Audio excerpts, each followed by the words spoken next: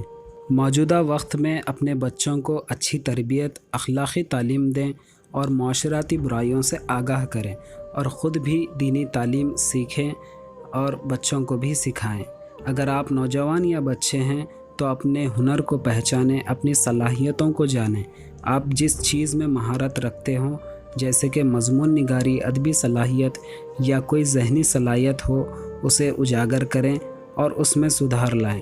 اس بیماری کا علاج تو نہیں نکلا ہے، جیسا کہ شروع میں نے بتایا تھا، کچھ احتیاطی تدابیر کرنے سے اس بیماری سے لڑا جا سکتا ہے۔ اگر خدا نخواستہ کورونا کی شکایت یا اس کے سمٹمز، علامت محسوس ہوں تو کروموپیتھی اس مسئلے کا حل تجویز کرتی ہے، اور اس کے لیے طرز رہائش کی اصلاح بہت ضروری ہے۔ جس جگہ پر آپ ہو وہاں روشنی اور تازہ ہوا کا اچھا ماحول ہو۔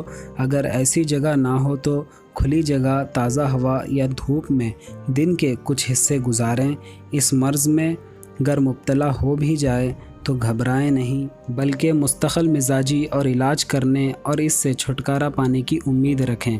ساتھ ہی ساتھ نارنجی شعاؤں میں چارج کیے ہوئے تیل سے سینہ اور پھسلیوں پہ دن میں 3-4 دفعہ مالش کر لیں۔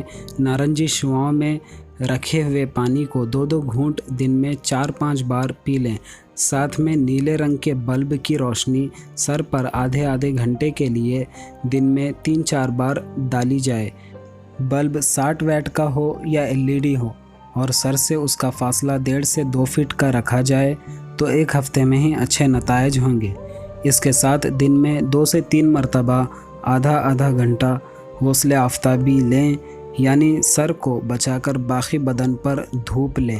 دھوپ کی نارنجی شعاؤں سے اعصابی نظام کو طاقت ملتی ہے اور پھیپھڑے درست کام کرتے ہیں۔ اس سے آکسیجن کو خون میں شامل ہو کر جسم کے مدافعتی نظام کو مضبوط بنانے میں اچھا موقع ملتا ہے۔ جسم میں آکسیجن کو جذب کرنے کا درست اور صحیح طریقہ مناسب انداز میں پوری گہری اور بھرپور سانس لینے کی عادت اپنانا ہی ہے۔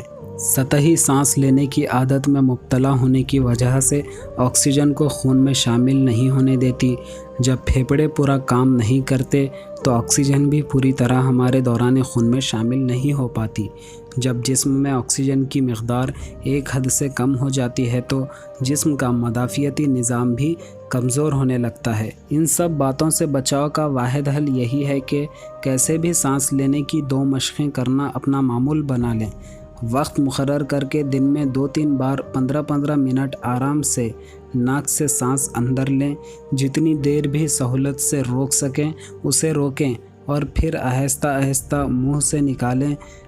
30-35 سانس لے کر دیکھیں۔ اگر اس طرح چند دن مشق کرنے کے بعد باقی دن میں بھی جتنا ہو سکے گہری اور پوری سانس لینے کی کوشش کریں، انشاءاللہ چند ہفتوں میں صحت میں واضح فرق پڑے گا۔